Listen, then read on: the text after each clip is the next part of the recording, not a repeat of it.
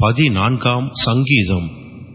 தேவன் இல்லை என்று மதிகெட்டவன் தன் இருதயத்தில் சொல்லிக் கொள்ளுகிறான். அவர்கள் தங்களை கெடுத்து அருவருப்பான கிரியைகளை செய்து வருகிறார்கள். நன்மை செய்கிறவன் ஒருவனும் இல்லை.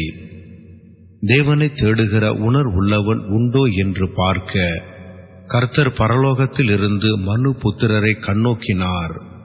எல்லாரும் வழி விலகி ஏகமாய் கெட்டுப் போனார்கள். நன்மை செய்கிறவன் இல்லை, ஒருவனாகிலும் இல்லை. அக்கிரமக்காரரில் ஒருவனுக்கும் அறிவு இல்லையோ?